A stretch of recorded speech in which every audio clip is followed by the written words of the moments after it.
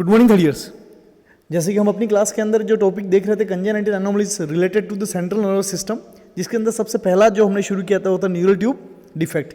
Neural tube defect के अंदर दो तरह के डिसऑर्डर के बारे में हमने बात करी थी। सबसे पहला था एनएनसीफेली, जिसके अंदर बोन स्कल की कुछ बोन का नहीं पाया जाना या फिर ब्रेन के कुछ हिस्से का नहीं पाया जाना, जैसे कि सेरिब्रम सेरिब्रेलम नहीं फॉर्मेट हो पाते।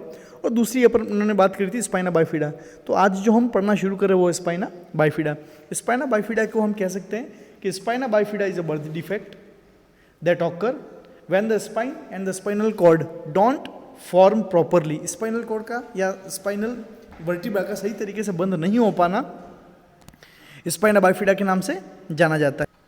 स्पाइना बाइफिडा को उसके फंक्शनिंग के स्ट्रक्चर के डिफेक्ट के हिसाब से तीन भागों में बांटा गया। सबसे पहला अगर अपन बात करें जिसको अपन कहते हैं स्पाइना बाइफिडा ओकल्टा, जिसके अंदर ना तो वर्टिब्रा डैमेज है ना स्पाइनल कॉर्ड डैमेज है, बस जो बाहर वाली जो स्किन उसके ऊपर कुछ हेयर टफ्ट जो उभरे हुए रहते हैं, इसको अपन स्पाइना बाइफिडा ओकल्टा के नाम से जानते हैं, जो कि नॉर्मल होता है। दूसरा टाइप होता है मेनिंजोसिल। मेनिंजोसिल के अंदर कोई भी वर्टिब्रा डैमेज नहीं है, ना इसके अंदर कोई नर्व बाहर की तरफ निकली हुई है, सिर्फ बाहर वाली स्किन जो कि वर्टिब्रा के डैमेज होने से वो बाहर की तरफ निकली हुई रहती है। और तीसरी और आखिरी जो होती है जिसको अपन मेनिंजोमायोसिल के नाम से जानते हैं, जहाँ पे वर्टिब्रल डिफेक्ट के अंदर स्पाइनल नर्व फ्लूइड बाहर की तरफ निकला या निकला हुआ दिखता है। जैसे कि आपकी स्क्रीन के सामने जो नोट्स दिख रहे हैं स्पाइना बाइफिडा के, spina bifida is a birth defect that occur when the spine and the spinal cord don't form properly, कि स्पाइन और स्पाइनल कॉर्ड सही तरीके से फॉर्म नहीं हो पाती है, तो यहाँ पे न्यूरल ट्यूब डिफेक्ट डेवलप होता है। न्यूरल ट्यूब डिफेक्ट की अगर अपन बात करें तो डेफिनेशन के अंदर बताया गया इसके अंदर a congenital defect of the spine in which part of the spinal cord and its meninges are exposed through the gap in the backbone. जो अपनी बैकबोन होती है उसमें वर्टिबल जो गैप होता है, उस गैप के बीच में से मेनिंजेस का बाहर की तरफ एक्सपोजर हो जाता है, और जिसकी वजह से अगर उस नर्व के अंदर कोई भी इंजुरीज होती है तो पैरालिसिस ऑफ लोअर लिम होने के चांसेस। टाइप्स की बात करें तो जैसे कि डायग्राम के अंदर बताया गया था, इसके अंदर जो बेबी दिख रहा है, सबसे पहले डायग्राम के अंदर बताया गया कि स्पाइनल कॉर्ड है, उसके अंदर सबसे पहला स्पाइना बाइफिडा ओकल्टा के अंदर हेयर टफ्ट जो बाहर की तरफ उभरे हुए निकलते हैं, जिसके अंदर कोई भी वर्टिब्रा डैमेज नहीं होती, ना स्पाइनल कॉर्ड डैमेज होती है।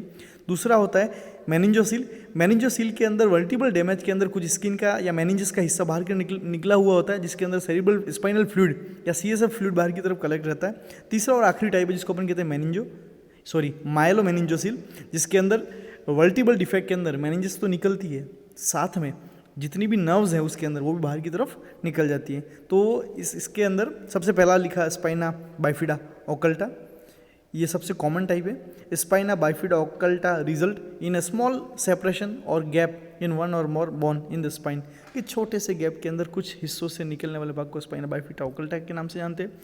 माइलो मेनिंजोसिल के अंदर बात करते हैं कि जहाँ पे वर्टिब्रल डैमेज है, उस वर्टिब्रल डैमेज के अंदर स्पाइन या वर्टिब्रल डैमेज के अंदर मेनिंजस तो निकलती है, पर मेनिंजस के साथ साथ उसके अंदर जितनी भी नर्व्स सप्लाई है वो भी उस वर्टिब्रल कॉलम के डिफेक्ट के थ्रू बाहर की तरफ निकल जाती है।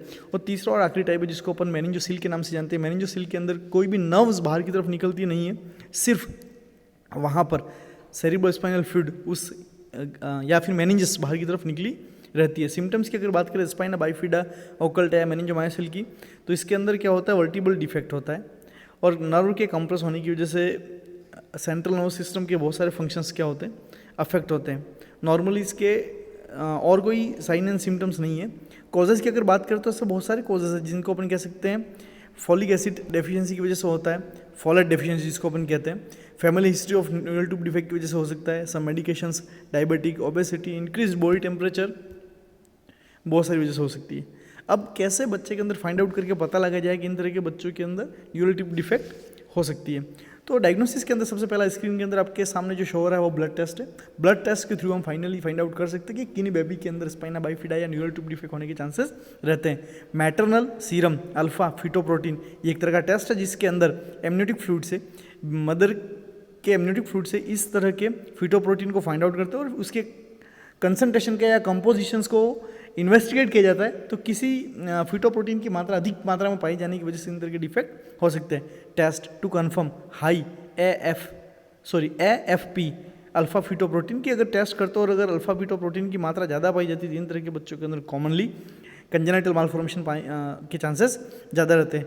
USG अल्ट्रासाउंड के द्वारा भी हम पता लगा सकते हैं। Ultrasound can be perform during the first trimester, 11 से 14वें सप्ताह के अंदर हम सोनोग्राफी कर सकते हैं, 18 से 22वें सप्ताह के अंदर भी कर सकते हैं। इन सोनोग्राफी के थ्रू हम स्ट्रक्चरल जो इमेजिन के थ्रू हमें जो शो होता है उससे हम आराम से फाइंड आउट या अलग से देखा जा सकता है कि इन तरह के बच्चों के अंदर स्पाइना बाइफिडा होता है।